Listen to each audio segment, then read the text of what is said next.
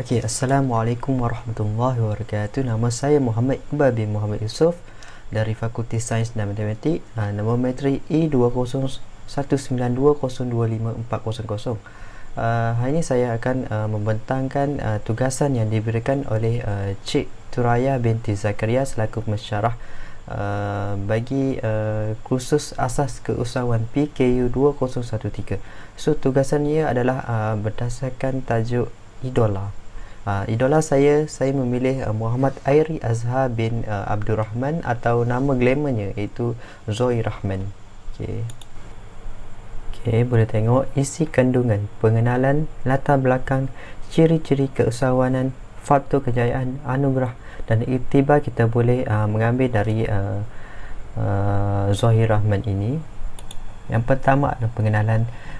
Idola ialah orang yang sangat diminati ataupun dikagumi, misalnya usahawan-usahawan yang berjaya dan dapat meletakkan nama di peringkat antarabangsa. Tugasan ini bertujuan untuk memupuk semangat usahawan dalam diri pelajar, iaitu diri saya, terutamanya pelajar universiti. Berdasarkan kajian yang telah kami lakukan di internet, saya telah memilih Airi Azhar bin Abdul Rahman, atau lebih dikenali sebagai Zoe sebagai idola saya. Antara objektif berkaitan tugas ini saya dapat adalah dapat menarik minat mahasiswa-mahasiswi untuk lebih cenderung untuk menjadi usahawan yang berjaya, dapat memberi dorongan dan nasihat untuk mahasiswa dan juga mahasiswi untuk menjadi usahawan yang baik. Next. Latar belakang bagi idola saya iaitu Zoe dilahirkan pada 3 Januari 1985 di Besut, Terengganu, dan beliau merupakan anak keempat daripada 5 beradik. Beliau memulakan kerjaya awalnya sebagai model.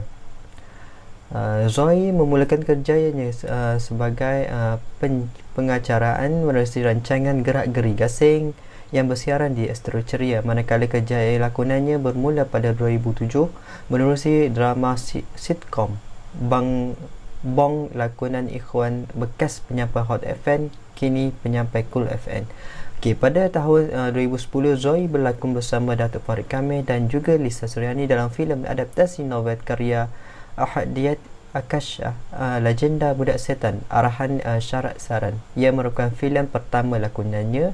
Pada 2016, Zoe Rahman telah menceburi bidang perniagaan dengan mengeluarkan produk jenamanya sendiri, iaitu Mika Series, dan mendapat sambutan luar biasa dari kalangan peminat serta warga negara Malaysia amnya. Banyak kejayaan yang dihadapi oleh beliau semenjak menjadi keusahawan ini. Ciri-ciri keusahawan yang terdapat pada Zoe Rahman iaitu mempunyai idea yang unik. Dengan penuhan Mika Series, Zoe Rahman dapat membantu orang ramai dengan membuka ejen stokis dan dropship untuk menjana pendapatan sampingan dari RM100 sehingga ribuan ringgit. Yang kedua, pandangan dan visi seorang pemimpin. Kunci kejayaan beliau adalah untuk kekal selangkah maju daripada persaingan dan menjangka akibat dari keputusan yang tidak penting. Sebagai contoh, Zoe Rahman baru sahaja mempromosikan jenamanya ke papan tanda di Lebuhraya sebagai tanda mahu melangkah lebih jauh dari bidang perniagaan. That's faktor kejayaan. Jenis perniagaan Zoe Rahman adalah kosmetik dan juga pakaian. Media sosial yang digunakan adalah Instagram, Facebook, TikTok. Di sini kita boleh lihat gambaran profil Zoe Rahman pada akaun media sosial Instagramnya.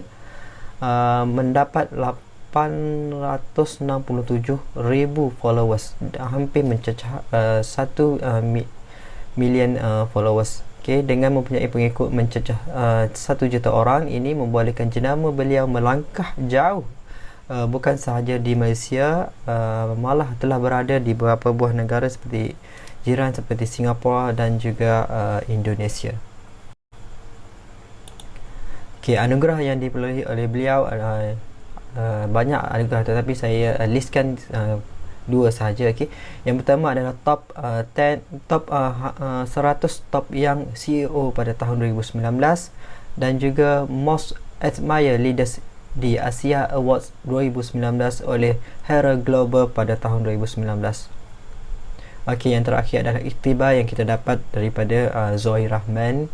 Pada pandangan saya lah, kita perlulah mengambil iktibar daripada kisah hidup Zoe ini untuk berjaya. Sikap putus asa perlulah dielakkan dan dijauhi. Selain itu, kita perlulah berani mengambil risiko untuk melakukan apa-apa perkara, kerana kesungguhan kita akan mendapat hasil atas apa yang kita usahakan. Di samping itu, kita perlulah mempunyai ilmu pengetahuan yang mencukupi untuk mencuburi perniagaan untuk mengelakkan daripada penipuan yang sering berlaku dalam sektor perniagaan. Akhir sekali, kita perlulah bijak mengatur strategi supaya bisnes yang dibuat akan berjalan dengan lebih lancar dan berjaya dengan pesatnya. Okey, itu sahaja daripada saya. Sekian, terima kasih. Assalamualaikum warahmatullahi wabarakatuh.